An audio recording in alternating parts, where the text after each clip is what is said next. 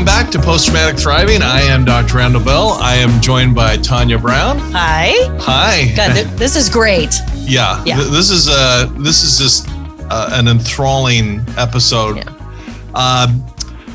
In episode 1, if you didn't listen to it, Ken Druck is a big deal. Yeah. We're getting to, why we can back that statement up, I think, but trust me, he's a big deal. Yeah. And a message that everybody really needs to hear right now. Listen to episode 1. And I know a lot of people go to the TikToks and get the snippets. That's great. Do that too. But listen to it because it's just a profound story. To recap it, basically, Ken was born in New York and grew up in New York in a Jewish family. He recognized at the age of 2 that there was a kind of a heavy pressure from the Holocaust and the direct effects that had on Ken's family. And then grew up on one hand being great in sports, on the other hand struggling with learning disabilities. I guess they're called something else. Differences. And of course interested in music, and both classical and classic rock. I think they're close to the same thing. They're both epic.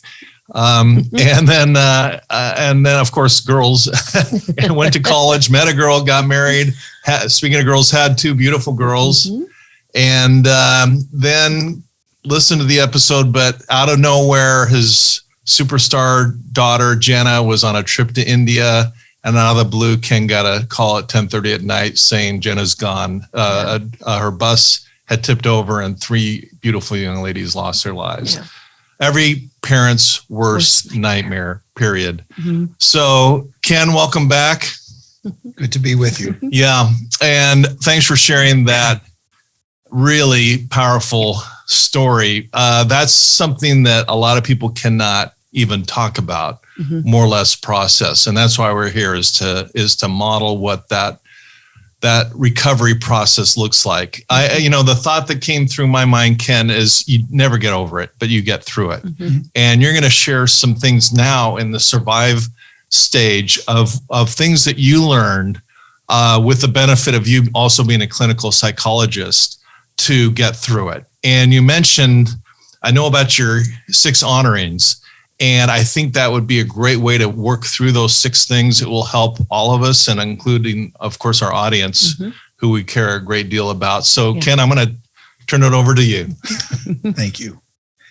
I just want to start by saying that the path of honor, we face into what's happened to me, what's happening to me. What do I have any future? Is there anything ahead besides this pain? This is not something. I'm not having a bad summer. Right. This is for the rest of my life. This is my heart and soul that's been affected. So this is a deep, deep dive, and we need to keep our hands on our hearts and our foot off of our own throats. Too often we discover I've got my foot on my throat. I'm rushing myself. I'm shaming myself. I'm living in fear that I'm such a downer. I'm such a loser, grieving person. I'm pathetic. Nobody's going to want to be with me. So I've not only lost my beloved husband, wife, daughter, son, mother, father, I've lost the world. I've lost my own life. I've lost the joy that I had signed up for, the adventure, the sense of purpose and meaning, and the structure of my life. It's all gone. So as we look at that, how do we make a decision that even though I don't know how this is all going to turn out, I'm going to walk a path of honor. I'm going to honor my daughter in the way that I go on. I'm going to do the best I can for as long as it takes, maybe for every day for the rest of my life. And so not only what I've learned on my own path after the death of my daughter, but what I've learned from literally thousands of people that I've had the honor and privilege of working with. What they've taught me is what I call the 6 honorings. And the first one starts with survival. Your surviving is honoring. It's honoring them. It's that you may be, and I said earlier, it's the equivalent to being in the ICU with tubes sustaining life for you. That's the equivalent of a traumatic loss, of a significant traumatic loss. So how do I survive? And it requires a new level of self-care. I call it prograde self-care. I teach it and train people in all kinds of stress, very stressful professions. I train them in what I call prograde, professional grade self-care. It's not go out and have a mani and a pedi. Mm-hmm. You know, it's not go eat more chocolate. It's really the deep dive into how do I keep my hand on my heart? How do I express kindness to myself, encouragement and support? How do I talk to myself through a day?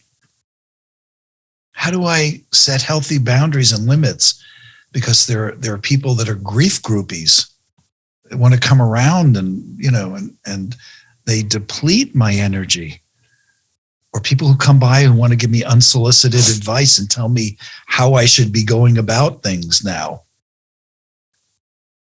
How do I protect myself from those people? How do I surround myself with people who will just be with me and support me and sign up for the long run, or say, hey, here's some things I'd love to do. Can I bring dinner over? Can we go for a walk on the beach? Can we have a coffee? People who are around for the long run. How do I develop that self-care protocol that people who've gone through this adopted, that help get them through it? And we're all different, of course. But doing that work, that's the first honoring. It's figuring out how to survive through self-care and self-compassion. The second honoring is to do something good in their name. It could be that you light a candle. It could be that you blow them a kiss every night. You tell them you love them. It could be that you celebrate their birthday with their favorite cupcake. It could be something so simple. It could even be the way you silently are with them. You remember them. It could be something else. It could be that the way they died, you becomes a devotion for you, that you want to prevent one other person or one other family from having to go through the horror and the pain of going through. And so you get on the side of, you join a group that's walking to raise money for ALS research, or that deals with violent loss, or with gun safety, gun violence, and so on. And so domestic violence, whatever it is, you do something good in their name. You give something of yourself to the world as a way of honoring them in celebration of who they are, how they may have died, or how they lived. It might be that they loved music and you support. One of the things I've done is I love symphony. The way I honor my mother and my daughter who love music is I help support the San Diego Symphony. I want that music to be resounding in the life of my grandchildren. I want it to prevail. And with so many demands and with the world in financial crisis, I want to help make that happen. Third honoring, cultivate a spiritual relationship with them. No, my phone is not going to ring. My daughter's not going to be visiting. I'm never going to see and be with my daughter. But there is a realm in which the love never dies and the love gets exchanged. I tell my daughter I love her. Yes, I talk to the dead. I tell her I love her every day. And I allow myself to feel her love. Sometimes I feel like her hand is on my cheek saying, Daddy, You've got to throw that shirt out. You can never wear that shirt again. I hate that shirt. So whatever ways we feel love, we receive love and give love, we cultivate a relationship with them. And it's the love that never dies. You know, my mom, when my mom passed a couple of years ago, I used to call my mom every morning. She died at 92. But I call her and I'd say, hey, how's my favorite mother? That's the way I always began the conversation. How's my favorite mom? And she would laugh and we'd chuckle and then we'd go to lunch or something. I still get in the car some days on my way to somewhere. And I don't pick up a phone or I don't do anything, but I say, hey, how's my favorite mother? I say it. I proclaim my love to the universe. I don't know the true nature of life and death. We're speeding through space on something that's less than a grain of sand. I don't know the true nature. And then we found out that it's not one universe. We live in all of these universes. It's infinite. How can it's so far beyond me to understand what death is, what this life is, what it all transitions and passes into. We live in this great, vast mystery. So humility is such an important part of this. Mm-hmm. So cultivating that spiritual relationship is critical. Next thing is take the high road. When we are grieving in the rawness of grief and loss, we want to bite somebody's nose off. Mm-hmm. You cut me off, or this happens, or that happens. We are in the rawness of grief.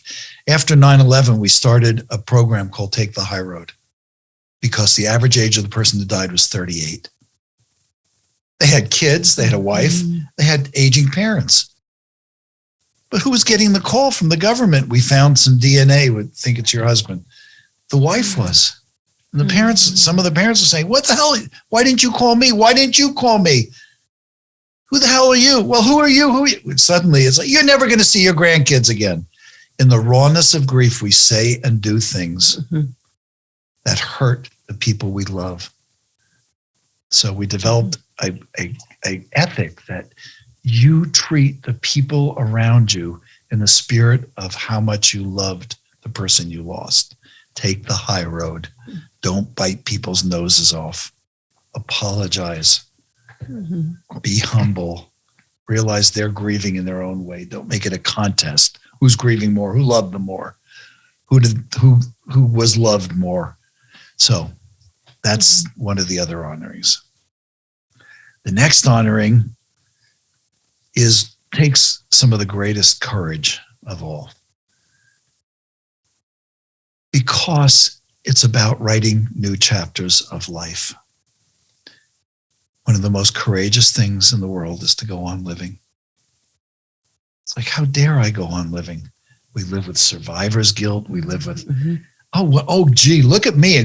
What's for dinner tonight? I think I'll have my daughter's dead, but I think I'll go have a delicious dinner. We think we're despicable. How dare we have joy? We relegate ourselves to joylessness. We think we can't do anything when the very thing that would give them, it's like, thank God my death didn't end your life. Thank God I'm seeing my father listening to music again. Thank God I'm seeing my dad with what would be my nephews, loving on my sister's sons. You know, thank God my dad has fought his way back into life. Do I see him walking with a limp in his heart? Yes. Do I see him cry when he's walking in the mall behind a girl that has my hair, the same hair as me, and tears are streaming down my father's face? Do I know that he will have sorrow for the rest of his life? Do I know, looking into his eyes, that I will see his brokenness, his broken heart? But my father, his heart is broken open, not closed. Mm-hmm. Hearts break in this life. There's nobody gets to go through this life without a broken heart. Mm-hmm. The question is, do they break open or closed?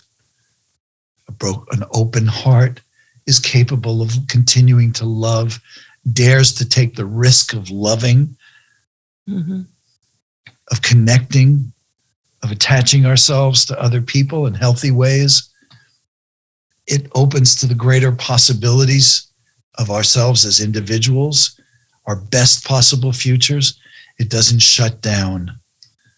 It doesn't close off. It doesn't live under the illusion that it can protect itself by becoming smaller and contracting around the pain. It frees, it cries out, it wails with the pain. It gives the pain constructive expression in the world. It does something good.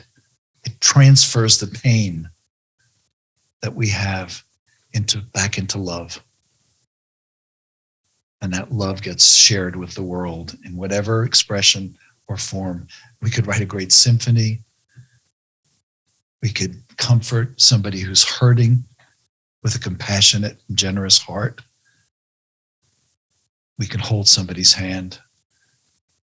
We could feed people who find themselves, their homeland decimated, don't have a warm meal to eat or a home to live in. We can reach out to those people who suffer. So those are the honorings, and there are more. And every time I talk with somebody and they share something, it's like, my God, that's another way. So don't limit yourself to these honorings. There are other ways that you will discover that you can honor, embracing a cause that's a special cause.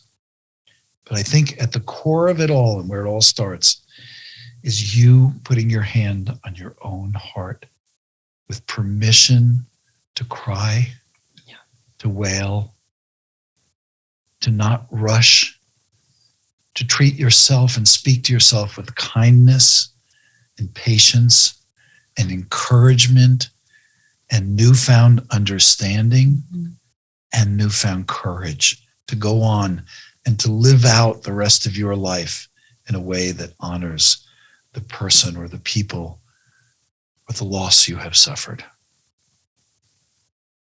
Those are the 6 honorings, and it's a template. And for, when people say, how do I go on? And by the way, you don't have to limit it to a loss suffered by death. Right. What about the people in the world that are in the first steps of a painful divorce? Somebody they loved, somebody they had children with or shared a life with, built their dreams with.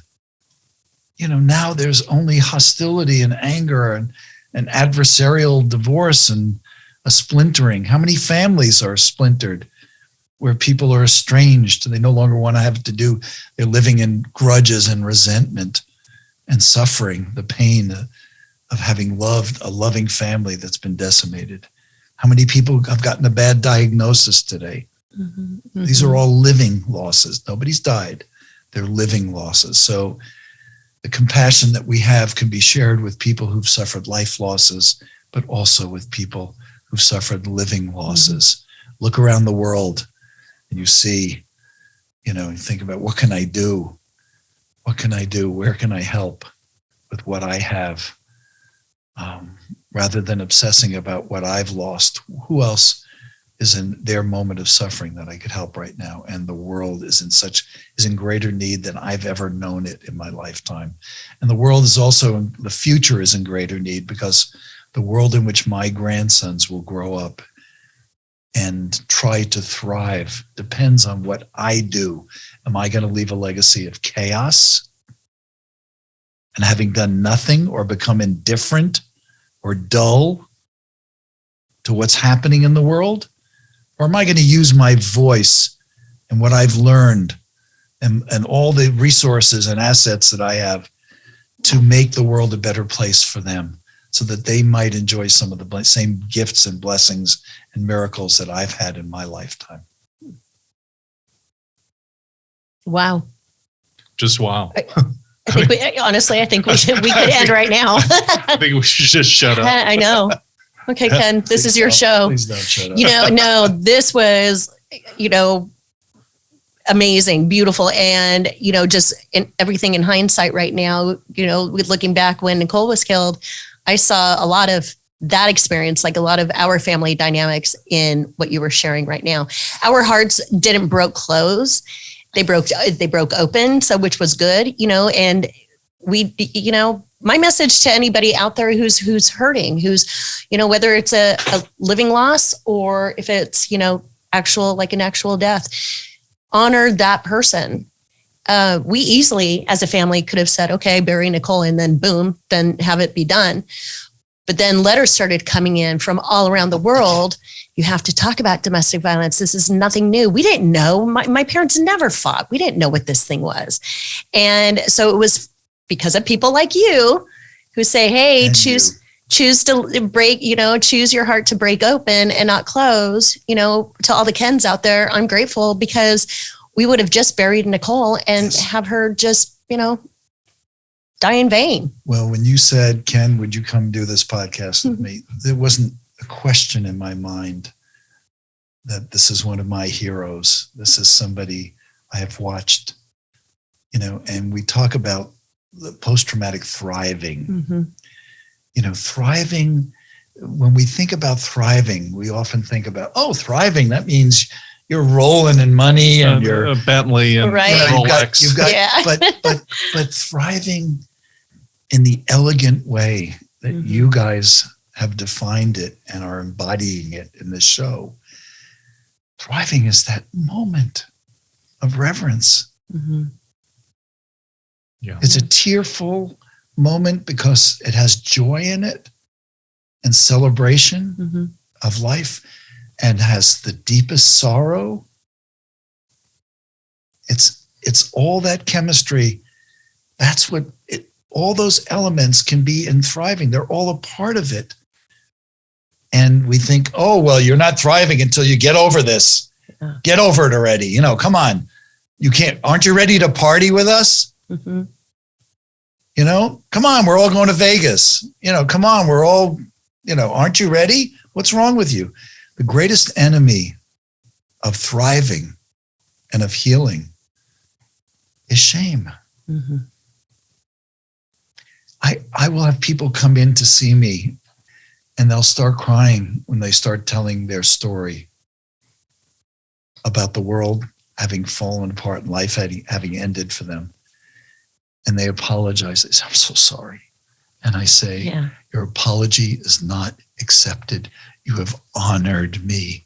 You've entrusted to me a sacred truth and story. Your apology isn't accepted. There's no room for your apology. There's no room for shame. There's no room for self-criticism in the way we talk to ourselves. What's wrong with me? I can't do this. I don't want to do that. I'm such a downer now.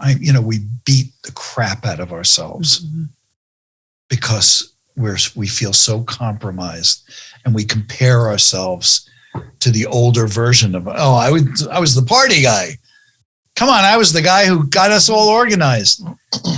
Now people invite me out and it's like, are you kidding? At the beginning, after Jenna died, I would tell people, everybody wanted to fix me and put me back together. And it was like, you know what? Thank you. I can come over for 15 minutes. That's my social limit. That's what I can handle.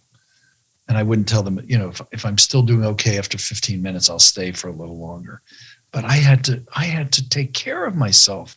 Nobody was going to come in and say, oh, Ken, you don't need to do that. You may all of your life have been the type E, everything to everybody else. But you know what? That course has run out right now. You need people to be giving to you and supporting you. And some of us, I discovered, including me, our receivers are broken. The part of us that says, thank you. That's so kind of you. Yes. I'd love for you to bring dinner over. That would be such a relief to me. I was wondering what I was going to do, or I'd love to take a quiet walk with you. in nature. Or yes, I think that would be a perfect, if it would be okay that I could stay for a little while. I'd love to go to that concert, that symphony with you. Mm-hmm. I'd love to hear Mahler, who was grieving when he wrote it. So,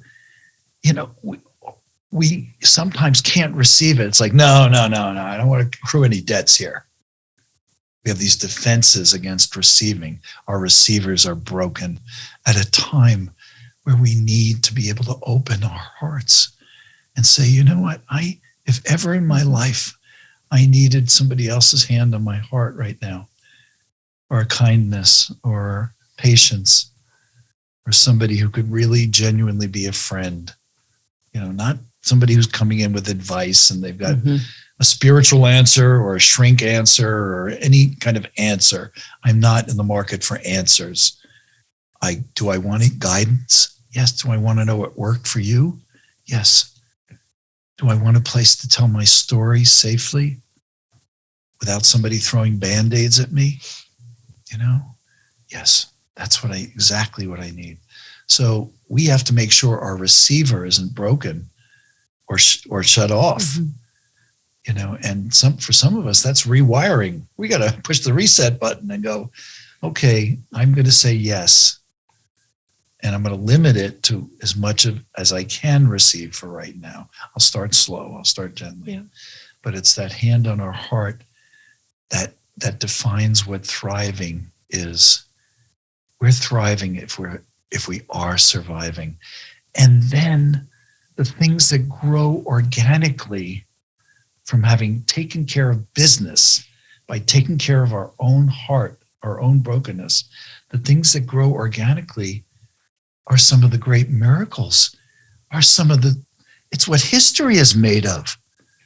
When we think about the stories that are told in faith, the stories that are told in history of cultures, they're stories of survival and people rising up out of the ashes, and creating another way of living, summoning that courage that they didn't know existed, that they couldn't find in the beginning, that newfound courage. We all think about parts of our lives. It's like, yeah, when I got married, I had to get some new courage to say, baby, would you marry me? She could have said, no, get lost. That first job we took, that first $1 million or $1 billion job. It's like, oh my God, am I taking that on? You writing your books, with our kids, becoming a parent, if we've done that, daring to get good at, and knowing that becoming a parent is one of the most complicated and difficult things a human being can do.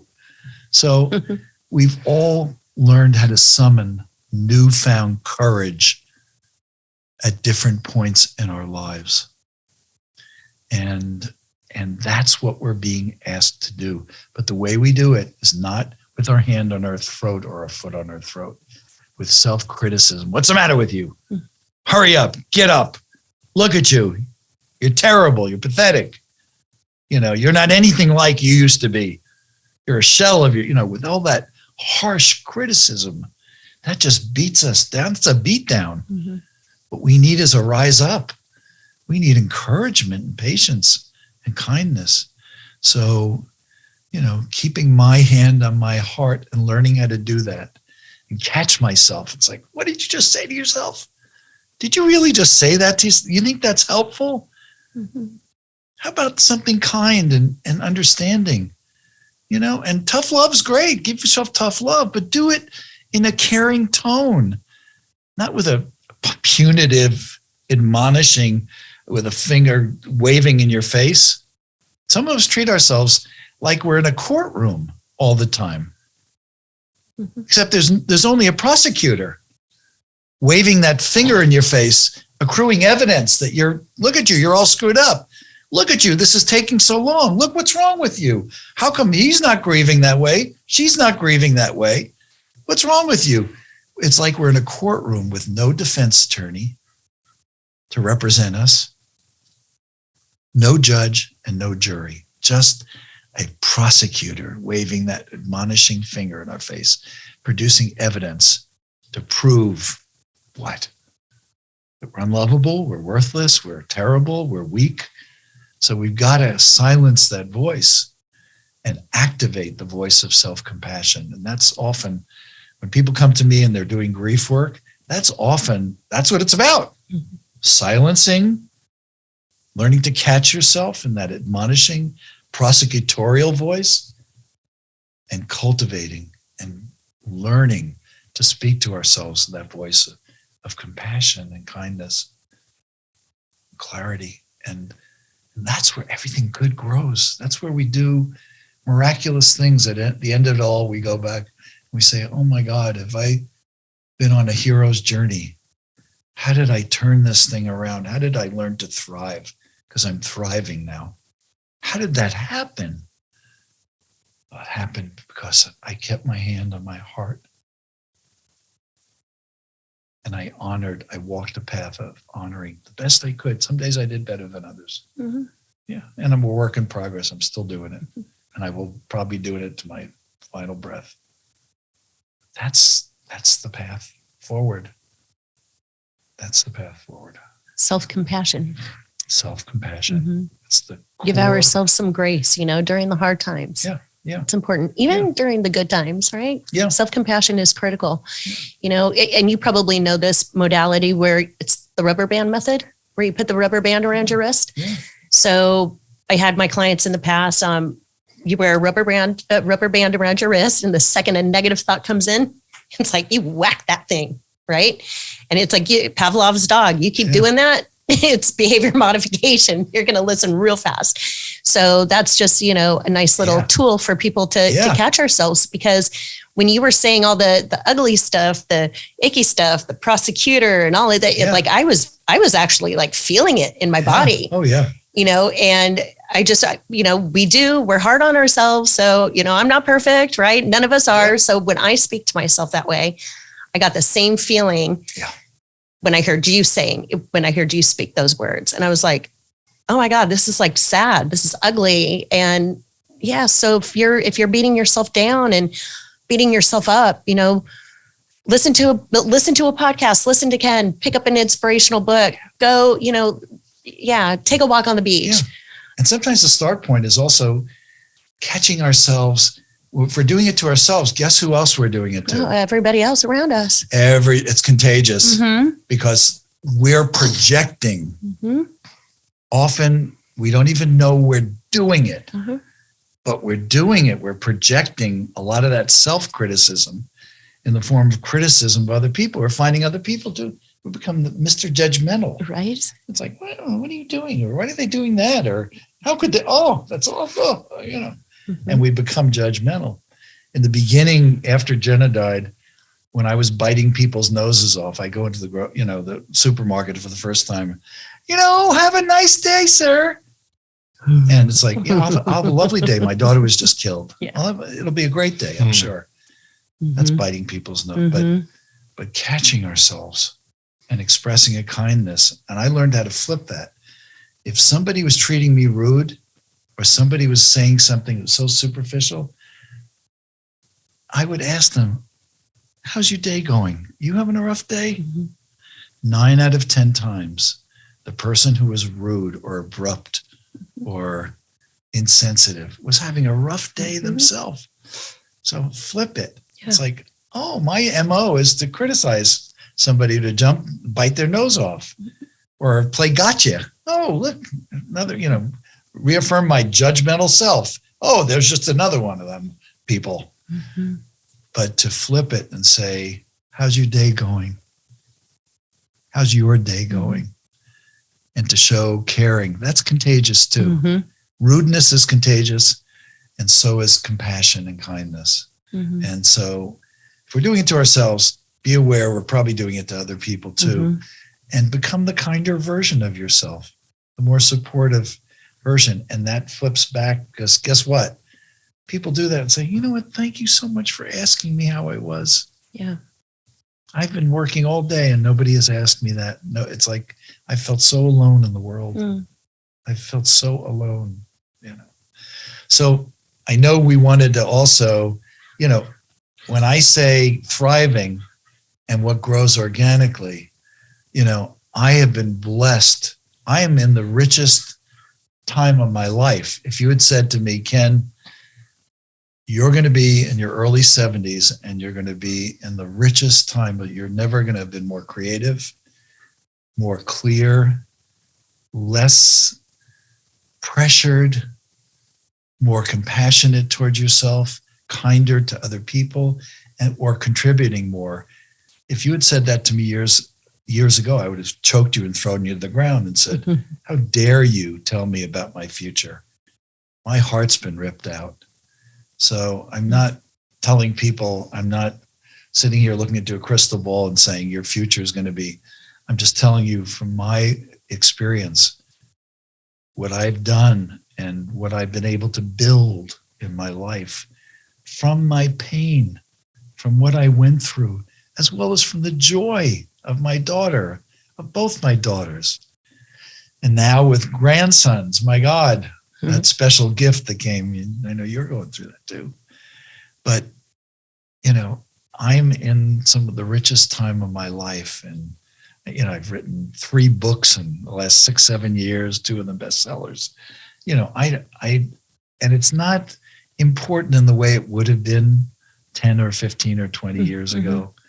It's just me saying, maybe I can say some things that would make somebody's life easier, somebody's bad day kinder. Maybe I could say some things about that.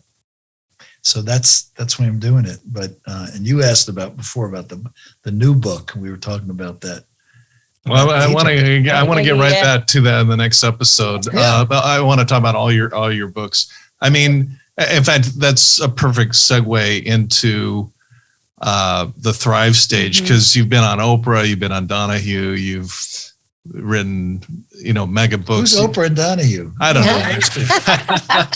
I actually would like to share something. So, Ken, you may be familiar with the woman in San Diego. When I was living in Del Mar during college, there was, I think it was like the first case of shaken baby syndrome, Yes. where the nanny, so this young gal, I don't know if you remember. I remember. You remember very her. well. So this was a teller at the Wells Fargo that I frequented when I was in college, whenever I had money. And somebody was really, really giving her a hard time, not knowing what she was going through. Her baby had just died from shaken baby syndrome. And so my boyfriend at the time, he was sharing this with me, and we just were mentioning it. We were talking about it the other day. And I said, yeah, Sean, I go, do you remember that gal? And he goes, yeah. And I said, you just never know what somebody is going through. And so Sean went up to the teller and basically put his hand on his heart, said, hey, listen, you were treated so rudely right now. Are you okay? And she goes, no. She goes, my baby just died 2 days ago. And and Sean's baby had died from SIDS. So that was like an immediate connection for the both of them. But always remember, hurt people hurt people. When my mom died, I lashed out at a lot of people. And I made amends. Some were accepted, some weren't. You make amends, not for yourself. You make amends, you just do, so you can move on. But when you were talking about, you never know what somebody is going through, that young gal, she was young. I mean, I was young. I was probably 21. She was probably 30 something. And I'll never forget that. So you just never know when somebody cuts you off in the middle of the freeway, when somebody's flipping you a bird, when somebody's yelling at you. It's projection. Hurt people hurt people. And I liked how beautifully you said, ask how's your day going? Not how are you? Like, fine. You know what that all stands for, right? I've mentioned that before, right? Effed up, insecure, neurotic, and emotional. Yep. But I loved how you just described all of that, because we live in a world of haste, anger, frustration, irritability. People are always rushing to point A to point Z, and they need to get there in a hot second, and it's my way or the highway. And it's like, slow down, and if somebody is rude to you, give that person some compassion. You said it very beautifully. The alternative is to escalate. And we live in a world of that's the breaking news. Just turn on the TV and watch breaking news. Right. That's the world in which things have escalated Mm-hmm. 99% of the time. Yeah. Escalation because, somebody didn't stop, slow down, take the time to express what was going on with them. Mm-hmm. Find out that we, in most cases we want the same thing. I first book that I wrote years ago, I was so afraid. I got a call from Tennessee to be on a radio show. And I found out, and my publicist said, you're going to be on the show with the person who created the Tea Party.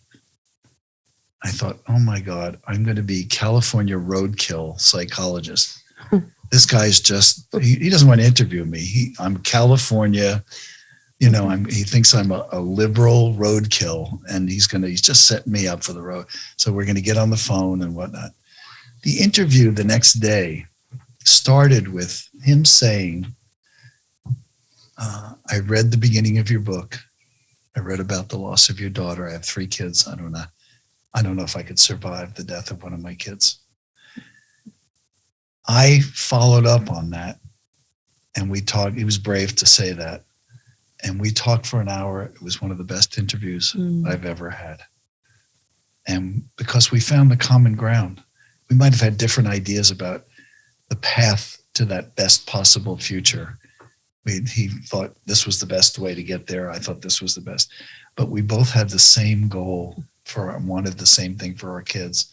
And we listened to each other, and we talked, and tears and, and just the love that was flowing for our kids and the connection that we forged was amazing. Mm-hmm. Even though politically, if that was a political conversation, what would have happened? Well, just turn on your TV. Watch politicians going at each other's throats. There's no understanding of the common ground future that we all want. There's no meeting place. There's just the big pissing contest of you don't know what the hell you're talking about. You're a snowflake. No, you're the snowflake. That's all there is, and that's where it ends. Nothing moves forward. Mm-hmm. It's a lose-lose proposition. Mm-hmm. So we have to keep looking for those win-win propositions. Yeah. Yeah. All I got to say is, Ken, this is one of the most brilliant half hours I've ever spent in my life. Yes. I mean that from the heart. Thank you. Yeah. I mean, Beautiful. Here I spent 15 years researching and writing this book, Post-Traumatic Thriving, and I think I need to run to the printer and insert these 6 honorings. They are so awesome. Yeah, that was so captivating. I learned so much. Sometimes it's best to just sit down, buckle in, and shut up. Because and that's hard for me. So you captivated me. Yeah. Well, I can't wait till our next episode. Yeah. We're going to get into a lot more of this. The first time, Tanya, you've been sitting next to me for a lot of episodes. He's never taken notes. I've never taken notes on what's, one of our guests has said. And I don't mean to, demean any of our guests, because they're brilliant. And I listen to them and I learn a lot. But this is something like, oh my gosh, I've got to do some of this stuff. I'm going to take a photocopy of that. Yeah. I mean, I've lost some people in my life. We all have. And, but I'm thinking of my dad, honestly, because I haven't honored him the way I should.